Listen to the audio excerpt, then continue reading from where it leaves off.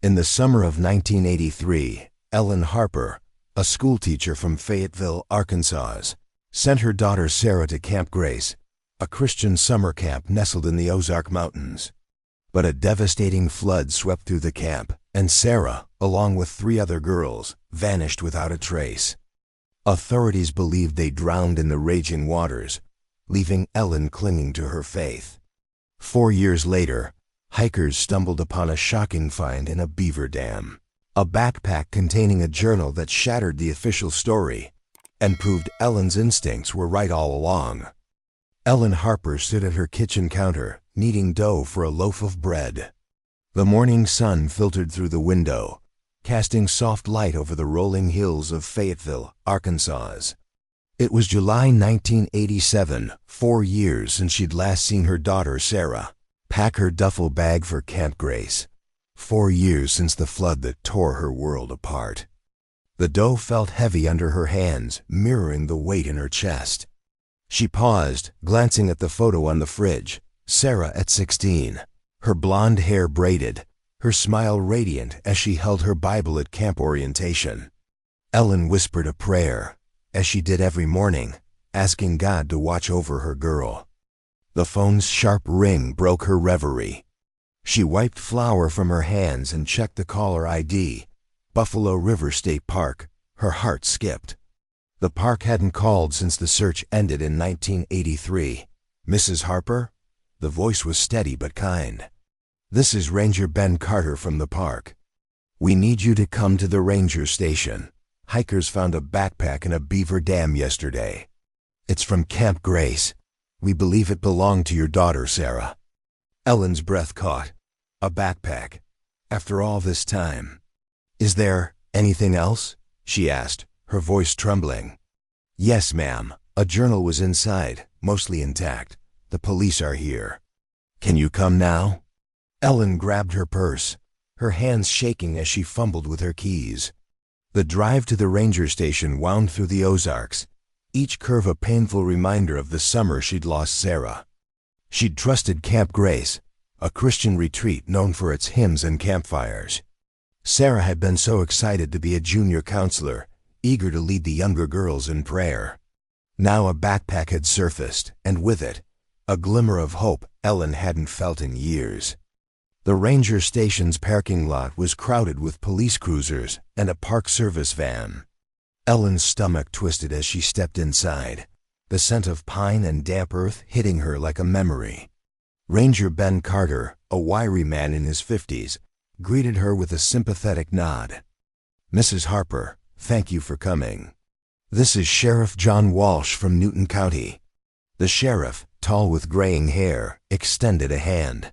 "I'm sorry we're meeting like this. Please have a seat." They led her to a small room where a waterlogged backpack sat on a table, its green fabric faded and torn. Ellen's heart stopped. She recognized it instantly, the pack she'd bought Sarah for camp, with a cross stitched on the flap. The hikers found it lodged in a beaver dam, about 6 miles downstream from Camp Grace, Ranger Carter explained. It was buried in mud and branches. We traced it through the camp's inventory tag. Sheriff Walsh opened a folder.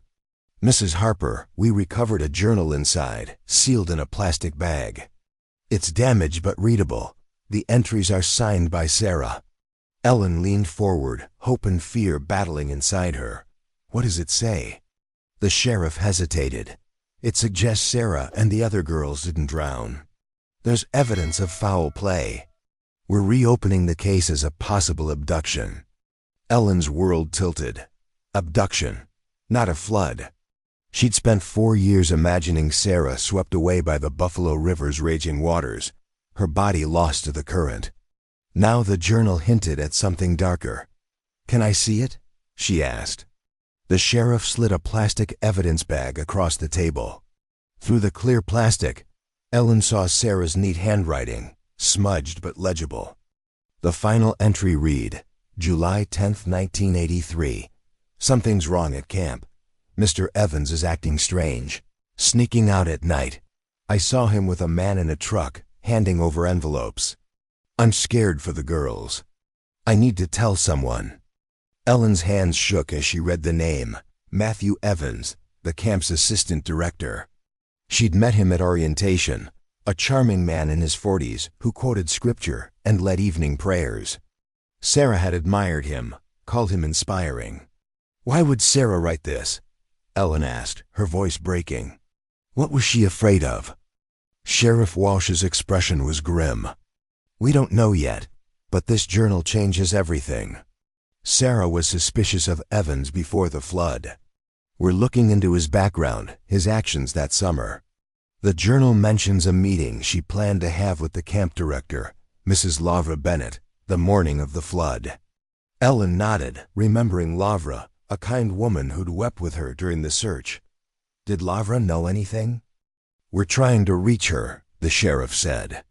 She left the camp after '83, moved out of state. We're also pulling records on Evans. He was one of the last to see the girls before they vanished. Ranger Carter added, the backpack's location is odd. It's miles from the camp's evacuation route. For it to end up in that dam, it had to travel a long way through rough waters. Ellen stared at the backpack, her mind racing. Sarah had been meticulous, always journaling her thoughts, her prayers. If she suspected something, she'd have written it down. Sarah wouldn't make this up, Ellen said. She was careful, observant. If she saw Evans doing something wrong, it was real.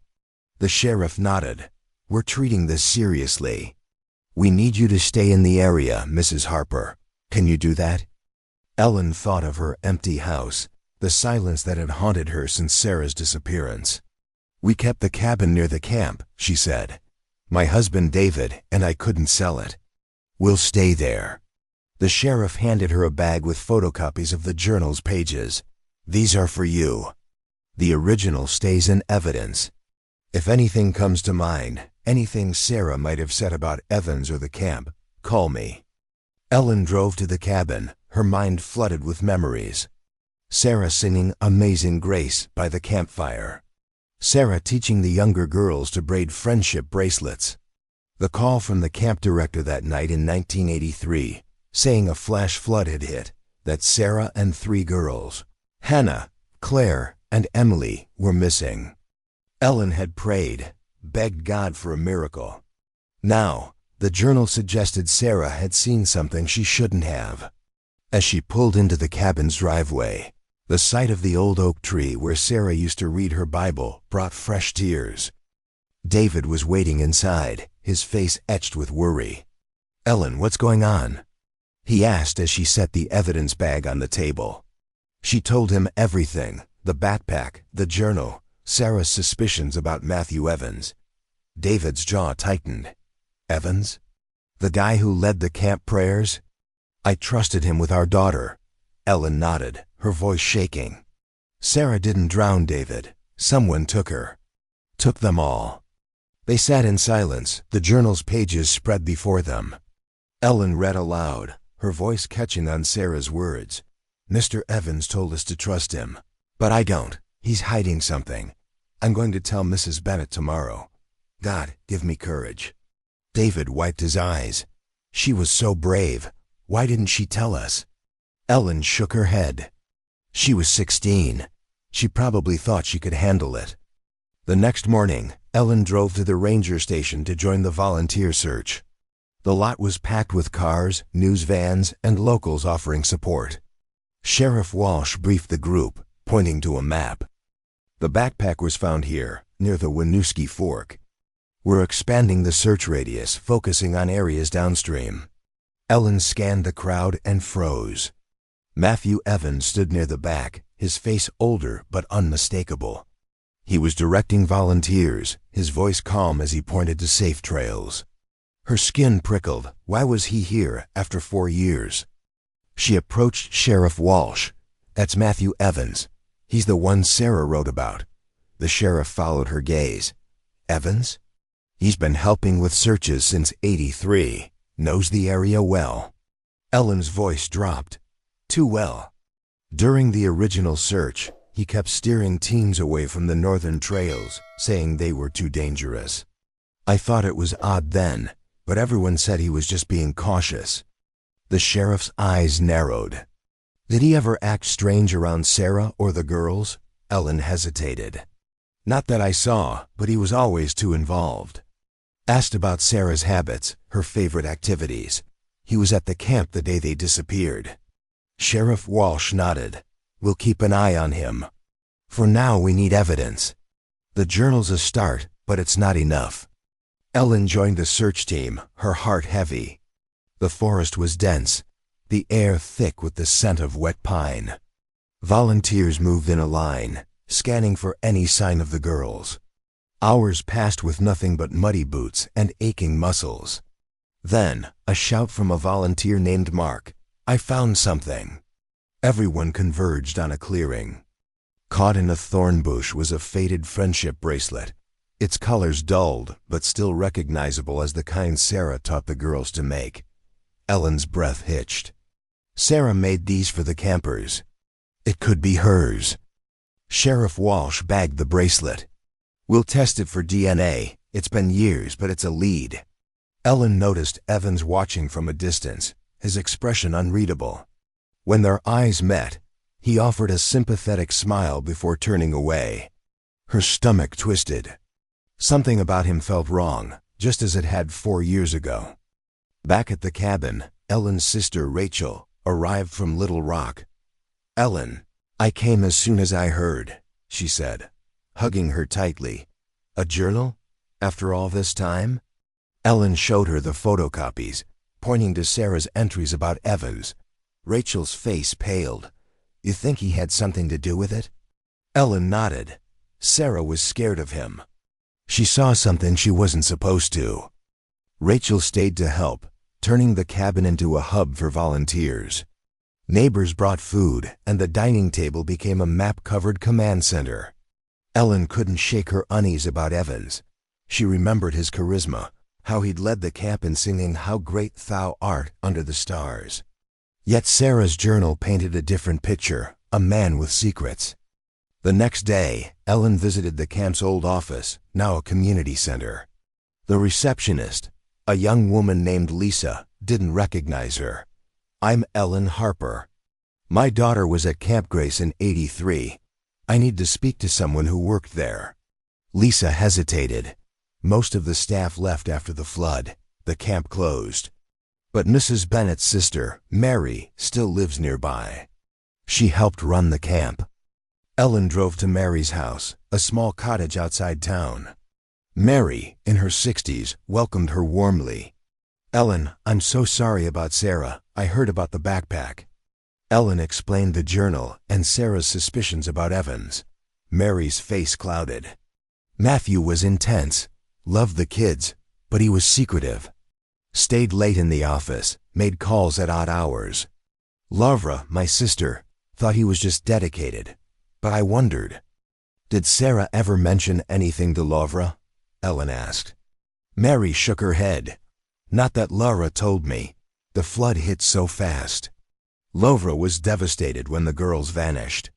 She left Arkansas after that, couldn't stay. Ellen's hope faded. Do you know where Matthew went after the camp closed? He started a youth program in Memphis, Mary said. He's doing well, speaking at churches. But I always thought he left too quickly after the flood. Ellen thanked her and left, her mind racing. Evans had moved on, built a new life, while Sarah's journal suggested he'd been involved in something sinister. Back at the cabin, Ellen found David sorting through old camp photos. Look at this, he said, holding up a picture of Sarah and Evans at a campfire, his arm around her shoulder. Ellen's stomach churned. He looks so normal, she said. David nodded. That's what scares me. If Sarah was right, he's been hiding something big. The next morning, Ellen returned to the ranger station.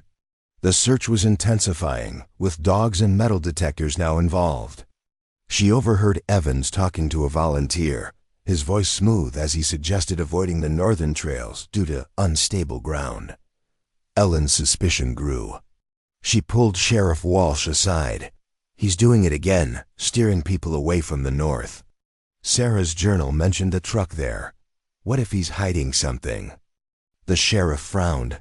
I'll check the northern trails myself. Stay with the group, Mrs. Harper. Don't confront him. Ellen nodded, but her resolve hardened. She joined a search team near the river, her eyes scanning for any clue. Hours later, another find. A rusted camp whistle, the kind counselors wore. Sarah had one like this, Ellen said, her voice trembling. The sheriff bagged it, promising to test it. That evening, Ellen sat with Rachel, poring over the journal's pages. One entry stood out. July 9, 1983. Saw Mr. Evans give a man a list of names. Looked like camper names. Why would he do that? Praying for guidance. Ellen's blood ran cold. Names? What was he doing with camper names? Rachel's eyes widened. You don't think trafficking? The word hung heavy. Ellen remembered news stories from the 80s about missing children, whispers of organized rings. Could Camp Grace, a place of faith, have been a front? She needed answers. The next day, she drove to the library, searching old newspapers for anything on Evans or the camp. A 1984 article caught her eye. Local man starts youth program in Memphis. It was Evans, smiling in a photo, surrounded by kids. The caption praised his dedication to youth. Ellen's hands shook. He'd moved on, rebuilt his life, while Sarah and the girls were gone. Back at the cabin, David was on the phone with Sheriff Walsh. They're searching the northern trails tomorrow, he said, hanging up. They found tire tracks up there, old but preserved under mud. Could be from '83. Ellen's heart raced. Sarah mentioned a truck. This could be it. The next morning, Ellen joined the Northern Trail search. The terrain was rough, with thick undergrowth and rocky outcrops. Volunteers moved slowly, guided by dogs. Ellen prayed silently, clutching the cross necklace Sarah had given her. Then a shout, "Over here!" A volunteer held up a muddy camp patch, the kind sewn on uniforms. Ellen recognized the design, a dove and cross, Camp Grace's logo. "This is from the girls' uniforms," she said, her voice breaking. Sheriff Walsh arrived, his face serious. "We're bringing in more teams. Those tire tracks lead to a clearing a mile north. We're checking it now." Ellen noticed Evans nearby, his face pale as he watched the volunteers. When their eyes met, he turned away quickly, heading toward his car. Ellen's instincts screamed, "Sheriff, he's leaving." She called. The sheriff radioed his team, and 2 deputies followed Evans discreetly. Ellen's pulse pounded. Was he running? Had he seen the patch and panicked? She returned to the cabin, where Rachel was waiting. "Ellen, I found something," Rachel said, holding up a letter from the camp's old files, which Ellen had brought from Mary's house. It was a memo from Evans to an unknown recipient, dated July 8, 1983. List prepared. 4 selected. Meet at North Clearing midnight. Ellen's knees buckled. 4. That's Sarah, Hannah, Claire, and Emily. Rachel nodded, her face grim. This wasn't a flood accident. He planned it. Ellen grabbed her phone, dialing Sheriff Walsh. "You need to see this memo. It's from Evans. I think he took the girls on purpose." The sheriff arrived within the hour, examining the memo. "This is big, Mrs. Harper. We're bringing Evans in for questioning. Those tire tracks match a vehicle registered to him in '83. Ellen's heart pounded. What about Sarah? Could she still be alive? The sheriff hesitated. The journal suggests she was onto him. If he took them, there's a chance. We're searching that clearing now. That night, Ellen couldn't sleep. She sat by the window, praying, the journal open in her lap. Sarah's words echoed. "God, give me courage," Ellen whispered. "You were so brave, baby." "I'm coming for you." The phone rang at dawn, startling her. It was Sheriff Walsh. "Mrs. Harper, we need you at the station. We've got Evans in custody, and he's talking." Ellen drove to the station, her hands trembling. The sheriff met her in the lobby, his face grim. "Evans is claiming the girls drowned, but the journal and memo contradict him." We found something else in the clearing, a hidden storage shed, locked tight. We're getting a warrant to open it. Ellen's heart leapt. Could Sarah be in there? The sheriff's eyes softened. We don't know yet. But we're close, Mrs. Harper. Stay strong. As Ellen waited, clutching her cross necklace, she felt a flicker of hope. Sarah's journal had cracked the case open, and Evans was unraveling. Whatever secrets he'd buried, they were about to come to light. Ellen Harper sat in the waiting area of the Newton County Sheriff's Station, her fingers wrapped tightly around her cross necklace. The fluorescent lights buzzed overhead, casting harsh shadows on the linoleum floor. It was July 1987, and the discovery of her daughter Sarah's journal in a beaver dam had reignited a case gone cold for 4 years. The journal's cryptic entries about Matthew Evans, Camp Grace's assistant director, had led to his questioning. Now, Sheriff John Walsh's words echoed in her mind. A hidden storage shed found in a northern clearing, possibly tied to the disappearance of Sarah and 3 other girls, Hannah, Claire, and Emily, during the 1983 flood. Ellen prayed silently, asking God for strength, her heart torn between hope and dread. Sheriff Walsh emerged from the interrogation room, his face etched with fatigue. Mrs. Harper, we've got a warrant for the shed. My team's heading there now. Evans is sticking to his story, says the girls drowned. Claims he knows nothing about the journal or memo. Ellen's voice trembled. He's lying. Sarah saw him with a truck, handing over envelopes. That memo said 4 selected. It was planned. The sheriff nodded. We're digging into his finances, his contacts. The shed might give us answers. I need you to stay here in case we find something. Ellen wanted to go to the clearing, to be there if Sarah was found, but she nodded. Please, Sheriff, keep me updated. As Walsh left, Ellen's husband, David, arrived, his face pale. Ellen, I heard about Evans. What's happening? She recounted the shed discovery and the memo implicating Evans. David's fists clenched. That man led us in prayer at the camp. How could he do this? Ellen shook her head. I don't know, but Sarah knew something was wrong. She was trying to protect the girls. They waited, the clock ticking agonizingly. Ellen opened the photocopied journal pages, rereading Sarah's words. July 9th, 1983. Mr. Evans gave a man a list of camper names. I'm praying for guidance. The entry felt like a lifeline, proof Sarah had been brave, observant. Ellen whispered, You're still out there, aren't you, baby? David squeezed her hand, his eyes red. God's watching over her. He brought us this far. An hour later, Sheriff Walsh called from the clearing. Mrs. Harper, we're inside the shed. It's not what we expected. It's stocked with supplies, food, water, blankets. Looks like someone was living there, maybe recently.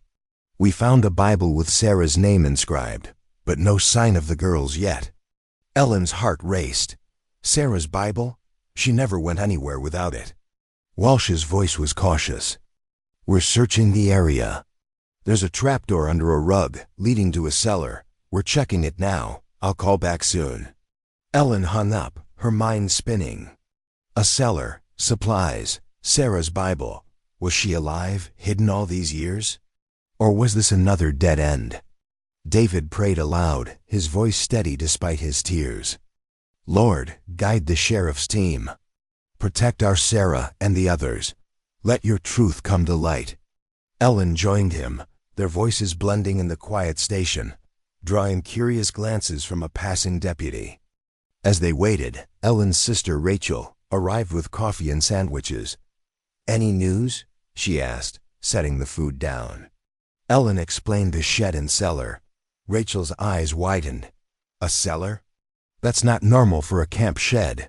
What was Evans doing? Ellen's voice was firm, hiding something big. Sarah's journal mentioned camper names.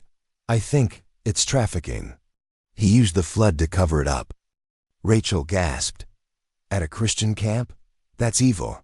Ellen nodded, remembering Evans's smooth sermons, his way of winning trust. That's why he was so effective. Everyone believed him, even me. The thought made her sick. She'd sent Sarah to Camp Grace, thinking it was a place of faith, not danger.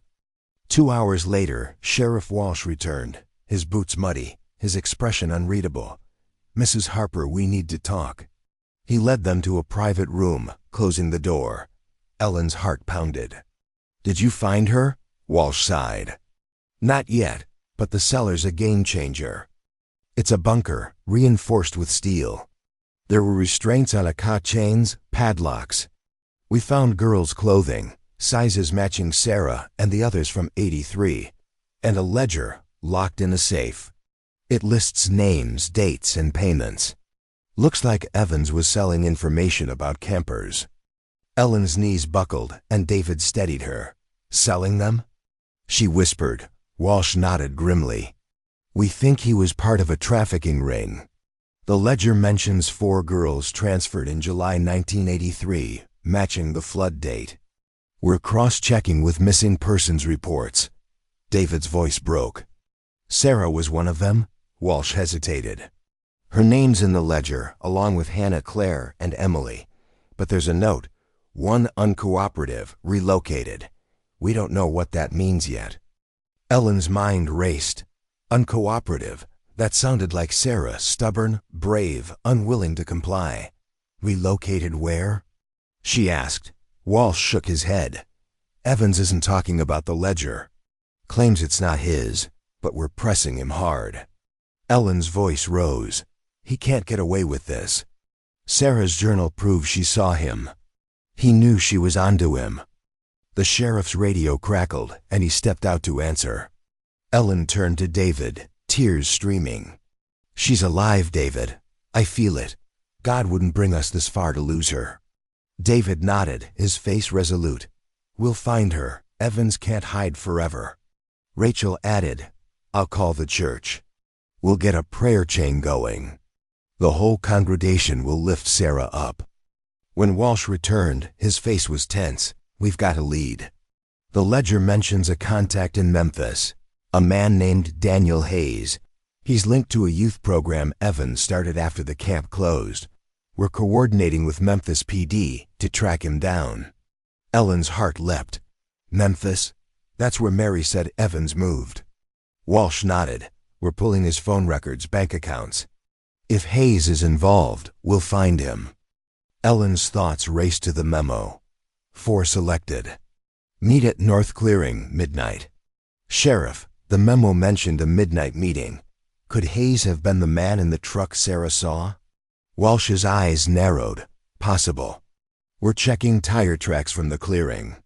If they match a vehicle tied to Hayes, we've got a connection." The sheriff left to coordinate with his team, and Ellen felt a surge of determination. She opened Sarah's journal again, searching for clues. An earlier entry caught her eye.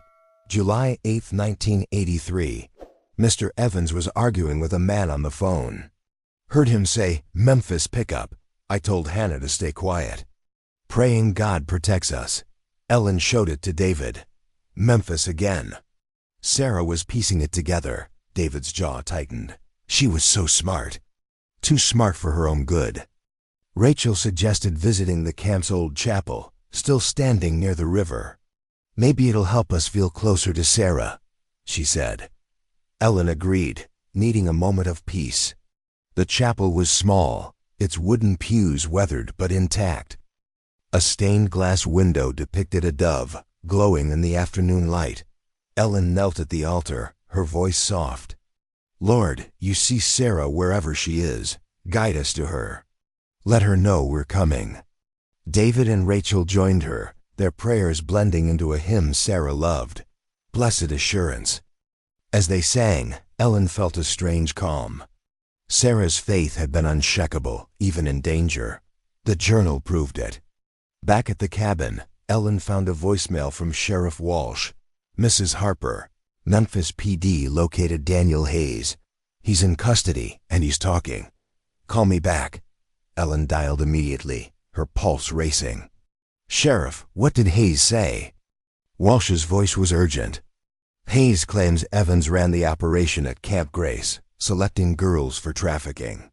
He says the flood was a perfect cover. Everyone assumed the girls drowned. Hayes handled transport to Memphis. He's naming names, trying to cut a deal. But he says one girl, Sarah, was separated from the others because she fought back. Ellen's heart soared. She's alive? Walsh cautioned. Hayes says she was alive in '83, taken to a safe house. We're raiding it tonight. I'll update you soon. Ellen hung up, tears falling. Sarah fought back, she told David and Rachel. She's out there. David hugged her tightly. We're close, Ellen. God's answering our prayers. Rachel added, I'll call the church. We'll pray through the night. The wait was torture. Ellen paced the cabin, clutching Sarah's journal. She reread the final entry. I need to tell someone.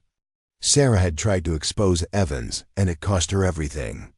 Ellen's anger burned alongside her hope. Evans had betrayed their trust, used a Christian camp as a front. She vowed he'd face justice. At midnight, Sheriff Walsh called again. Mrs. Harper, the Memphis raid found evidence, photos, records, but no girls.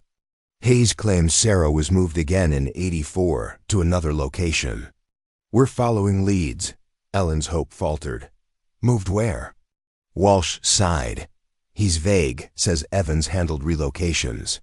But we found a photo in the safe house. It's Sarah, dated 1984. She was alive then. Ellen's voice broke. Can I see it? Walsh promised to send a copy. We're not giving up. Evans is cracking under pressure. He knows we've got Hayes. Ellen hung up, her emotions churning. Sarah had survived the flood, survived a year in captivity. Was she still out there, waiting for rescue? The next morning, a deputy delivered the photo. Ellen's breath caught. It was Sarah, older, her face thinner, her eyes haunted. She stood in a plain room, holding a newspaper dated March 1984. Ellen traced her daughter's face, tears falling. You're so strong, baby. David hugged her. We'll find her. This proves she's a fighter. Ellen returned to the ranger station, where the search continued. Volunteers combed the northern trails, guided by dogs. Sheriff Walsh updated her. Evans admitted to the ledger, but claims he was just a middleman, says Hayes ran the ring. We're verifying his story. Ellen's anger flared. He's lying to save himself. Sarah's journal proves he was in charge. That afternoon, Ellen visited Mary again, hoping for more clues. Mary recalled a detail. Evans had a friend, Daniel Hayes, who visited the camp a few times, always drove a dark truck. Lovra thought he was a donor, but I didn't trust him. Ellen's pulse quickened. That's the truck Sarah saw, Mary nodded. I wish I'd said something then. Back at the cabin, Ellen found a new lead in the journal. July 7, 1983. Mr. Evans said we're special, chosen for a mission. It felt wrong. I told Claire to pray with me. Ellen shivered. Chosen. The word echoed the memos for selected. Evans had groomed the girls, using faith to manipulate them. She shared the entry with Sheriff Walsh, who added it to the case file. This strengthens our case, he said. We're building an airtight file against Evans. The next day, a breakthrough. A volunteer found a rusted key near the clearing, possibly to the shed's trapdoor. Walsh tested it, confirming it fit. This ties Evans to the bunker, he said. We're searching for fingerprints. Ellen's hope surged. Every piece of evidence brought her closer to Sarah. That evening, Ellen attended a prayer vigil at the chapel, organized by the church. The community gathered, singing "It Is Well With My Soul." Ellen felt Sarah's presence in the music, her daughter's favorite hymn. As the vigil ended, Sheriff Walsh pulled her aside. Mrs. Harper, we've got a new lead from Hayes. He says Sarah was taken to a rural property in Missouri in '84. We're sending a team there now. Ellen's heart pounded. When will you know? Walsh's voice was steady. By morning, stay by your phone. Ellen returned to the cabin, unable to sleep. She prayed, holding Sarah's photo. "God, bring her home." David stayed up with her, reading Psalms aloud. Rachel organized a prayer chain, the church's support a lifeline. At dawn, the phone rang. Ellen answered, her hands shaking. "Mrs. Harper, it's Sheriff Walsh. The Missouri raid, we found her. Sarah's alive." Ellen's knees gave way, and David caught her. "She's alive?" Walsh's voice softened. "Yes, but she's in rough shape. She's at a hospital in Springfield. We're flying you there now." Ellen sobbed, relief and fear crashing over her. Sarah was alive, but what had 4 years done to her? As they packed for the flight, Ellen clutched Sarah's journal, whispering, "We're coming, baby. Hold on." Ellen Harper gripped her husband David's hand as the small plane descended toward Springfield, Missouri. The hum of the engines vibrated through her, but it was nothing compared to the storm in her heart. It was July 1987, and after 4 years of praying, searching, and clinging to faith, Sheriff John Walsh's words still echoed, "We found her. Sarah's alive." Yet the sheriff's caution, "She's in rough shape," haunted her. Ellen's crossed necklace pressed against her chest, a reminder of the hope that had carried her through the nightmare of her daughter's disappearance from Camp Grace during the 1983 Arkansas flood. The journal found in a beaver dam, Sarah's cryptic warnings about Matthew Evans, and the discovery of a trafficking ring had led to this moment. But what would they find? Was Sarah still the vibrant 16-year-old who loved singing hymns, or had 4 years of captivity broken her? The plane touched down, and Ellen whispered a prayer. "Lord, give us strength. Let Sarah feel your love through us." David squeezed her hand, his eyes red but resolute. "She's a fighter, Ellen, like you." They hurried through the airport, met by a Missouri state trooper who drove them to Mercy Hospital. The trooper, a young woman named Officer Kelly, spoke softly. "Sarah's in a secure ward. The doctors are with her. She's..." Confused but stable. Ellen's stomach twisted. Confused how? Kelly hesitated. "She's been through a lot. The trauma's deep. She may not recognize you right away." At the hospital, Sheriff Walsh waited in the lobby, his face weary but kind. "Mrs. Harper, I'm glad you're here. Sarah's in a private room. The doctors need to brief you first." Ellen's voice trembled. "Can we see her now?" Walsh nodded. "Soon. Dr. Larson, the trauma specialist, is coming." Ellen clutched Sarah's journal, its photocopied pages a lifeline. The entries about Matthew Evans's suspicious behavior at Camp Grace had cracked the case open, leading to his arrest and the raid on a Missouri safe house. But the other girls, Hannah, Claire, and Emily, remained missing, and Ellen feared what Sarah's condition might reveal about their fate. Dr. Larson, a woman in her 50s with gentle eyes, met them in a quiet conference room. "Mr. and Mrs. Harper, Sarah's physically stable but severely malnourished. She has old injuries, bruises, a healed fracture in her arm. Psychologically, she's showing signs of complex trauma. She's withdrawn, speaks in fragments, and refers to a protector who kept her safe." Ellen's heart sank. "Protector? Not Evans?" Dr. Larson shook her head. "We think it's Daniel Hayes, Evans's associate. She doesn't mention Evans by name." David's voice was hoarse. "Will she know us?" Dr. Larson's expression softened. "It's possible, but don't expect immediate recognition. Her memories are buried under years of conditioning. We found a hymn book in the safe house with her name. Singing familiar songs might help." Ellen nodded, remembering Sarah's love for blessed assurance. "Can we try that?" Dr. Larson agreed. "Let's go to her room. Move slowly, speak calmly." The walk to Sarah's room felt endless. Ellen prayed silently, asking God to bridge the gap between the daughter she'd lost and the young woman they'd found. The door opened, and Ellen's breath caught. Sarah sat on the bed, her blonde hair dull and tangled, her green eyes vacant. She was 20 now, but her frame was frail, her skin pale. A hospital gown hung loosely on her shoulders. Ellen's tears fell. but she forced a smile. "Sarah, honey, it's Mom and Dad." Sarah's eyes flickered, but no recognition sparked. "You're not supposed to be here," she whispered, her voice childlike. "He said no one comes." Ellen's heart shattered. She stepped closer, kneeling beside the bed. "Sweetheart, you're safe now. We've been looking for you." Sarah shrank back, clutching a blanket. "He'll be mad. I have to be good." David's voice broke. "Sarah, we love you." We never stopped praying. Dr. Larson signaled Ellen to try the hymn. Ellen's voice wavered but grew steady as she sang, "Blessed assurance, Jesus and mine." Sarah's eyes widened, her fingers twitching. She hummed faintly, the melody stirring something deep. Ellen kept singing, tears streaming. Sarah's lips moved, forming words. "This is my story. This is my song." Ellen reached for her hand, and Sarah didn't pull away. It was a small victory, but it felt like a miracle. Dr. Larson whispered, "Keep going. It's reaching her." Ellen sang through the hymn, her voice blending with David's.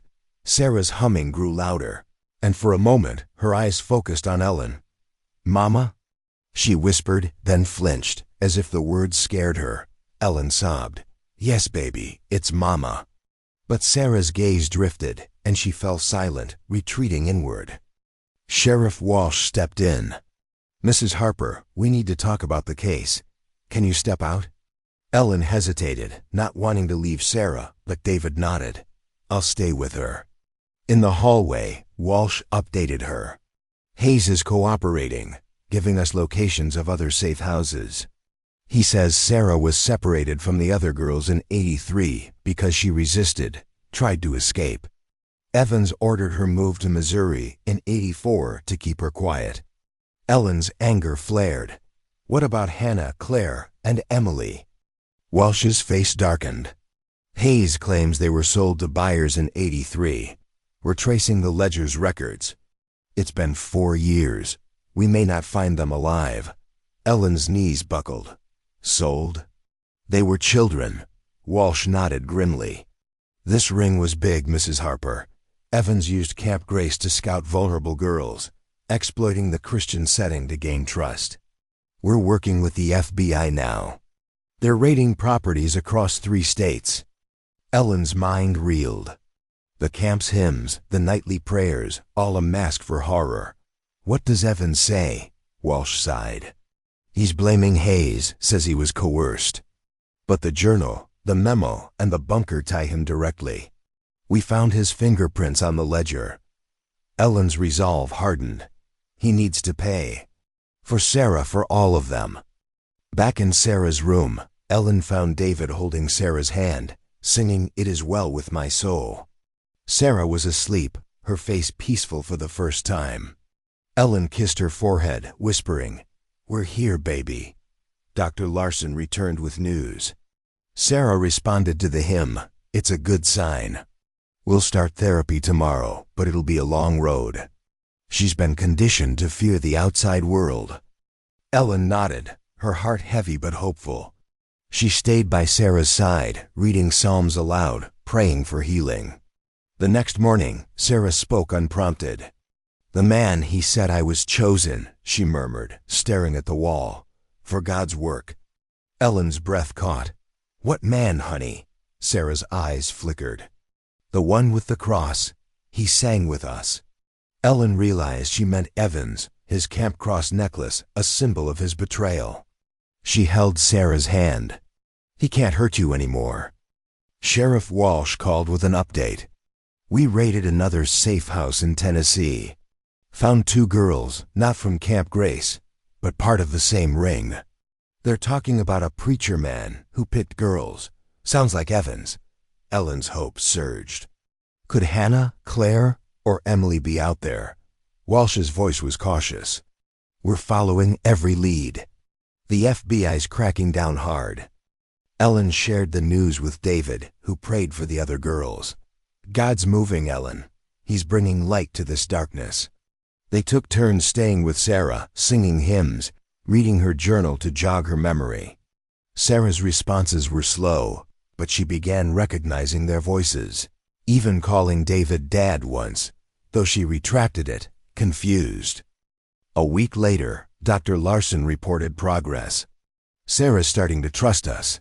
She mentioned a dark room where she was kept with others before being moved. It matches Hayes' description of a holding site in Arkansas. Ellen's heart raced. Could the other girls have been there? Dr. Larson nodded. It's possible. She's drawing pictures, crosses a river. It might help the police. Ellen visited the sheriff's station, bringing Sarah's drawings. Walsh examined them. This looks like the Buffalo River near the camp. We'll search the area again. Ellen's voice was firm. Sheriff, I want to confront Evans.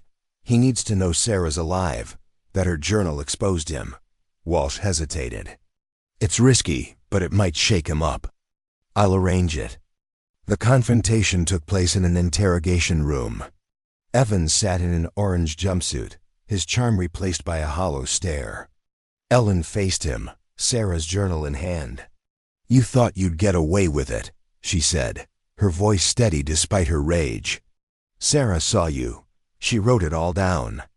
She's alive, Matthew, and she's coming back to us.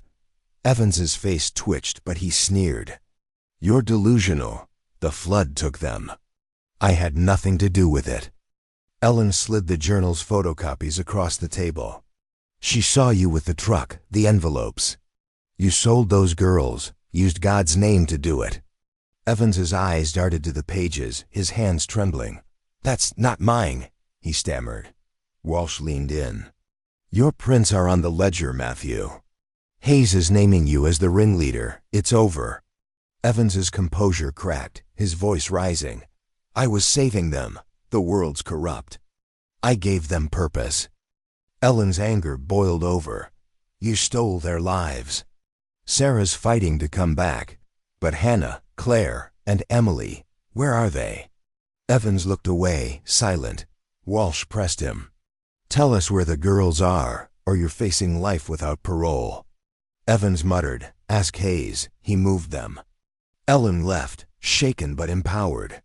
Evans was unraveling, and Sarah's survival was her victory. Back at the hospital, Sarah had a breakthrough. During therapy, she drew a map, shaky but detailed, showing a cabin near a river. The dark room, she whispered. They took us there first. Ellen showed the drawing to Walsh, who recognized the area. That's near Ponca, close to the camp. We searched it in '83, but missed the cabin.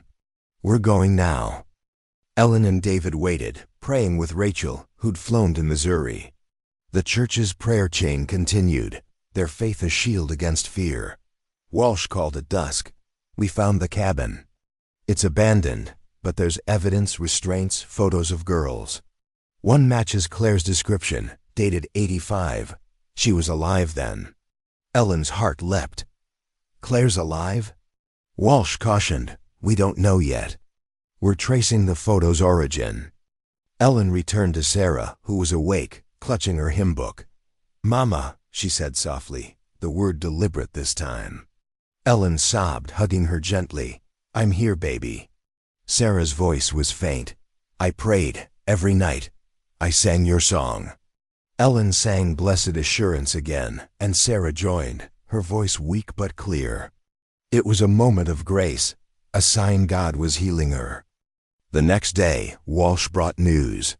The FBI traced the photo to a trafficking hub in Louisiana. They're raiding it tonight. Claire's name was in their records. Ellen prayed, hoping for another miracle. Sarah began opening up, sharing fragments. They took us in a truck. Hannah cried. I tried to fight, but they hurt me. Ellen held her, whispering, You're so brave. The Louisiana raid yielded results. Walsh called, his voice heavy. We found Claire, alive but traumatized. Like Sarah, she's in a hospital in Baton Rouge. Hannah and Emily. Their records end in '84. We found remains in a nearby swamp, pending DNA tests. Ellen's heart broke for Hannah and Emily's families, but Claire's survival gave her hope. She prayed for their souls, asking God to comfort their parents.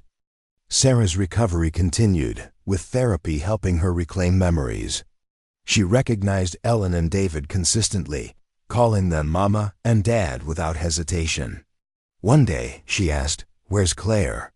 Ellen explained gently, and Sarah cried, mourning her friends but relieved Claire was safe.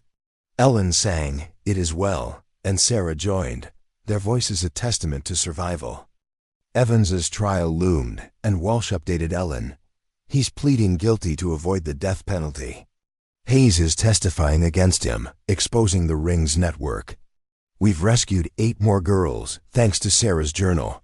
Ellen felt pride and grief. Sarah's courage had saved lives, but at a cost. She visited Claire in Baton Rouge, finding a young woman as fragile as Sarah. They prayed together, promising to support each other's healing. Back in Arkansas, Ellen organized a memorial at Camp Grace's chapel for Hannah and Emily, whose remains were confirmed. The community gathered, singing Amazing Grace. Sarah attended, leaning on Ellen, her first public outing. She whispered, "They're with Jesus now." Ellen nodded, tears falling, feeling God's presence in their shared sorrow. Sarah's therapy progressed, and she began writing again, filling a new journal with prayers and memories. One entry read, "God kept me alive. Mama and Dad never gave up. I want to help others now." Ellen read it with pride, seeing her daughter's spirit return. Sarah started attending church, finding solace in the hymns that had sustained her in captivity. The curiosity gap lingered. How deep did the trafficking ring go? Walsh revealed the FBI was uncovering ties to national networks, with Evans as a key player. A final raid in Texas found records naming high-profile clients, explaining Evans's desperation to silence Sarah. The truth was uglier than Ellen imagined, but it fueled her resolve to advocate for victims. In the final weeks, Sarah moved home to Fayetteville, sleeping in her old room, surrounded by her Bible and hymn book. Ellen and David watched her heal, marveling at her resilience. One evening, Sarah joined them at the kitchen table, where Ellen was baking bread, as she had the morning the backpack was found. "Mama," Sarah said, "I want to tell my story, to help other girls." Ellen hugged her, tears of joy falling. "You will, baby. God's given you a purpose." The story closed with a vigil at the Buffalo River, where the community released lanterns for Hannah and Emily. Sarah spoke, her voice strong. "I survived because of faith and love. God used my journal to bring justice. I'm here to say, never give up." Ellen stood beside her, singing Blessed Assurance, the hymn that had bridged 4 years of darkness. As the lanterns floated skyward, Ellen felt peace, knowing Sarah was home and God's light had prevailed. Thank you for watching our channel Modern Stories. If you liked our video, you should subscribe for more amazing videos like this.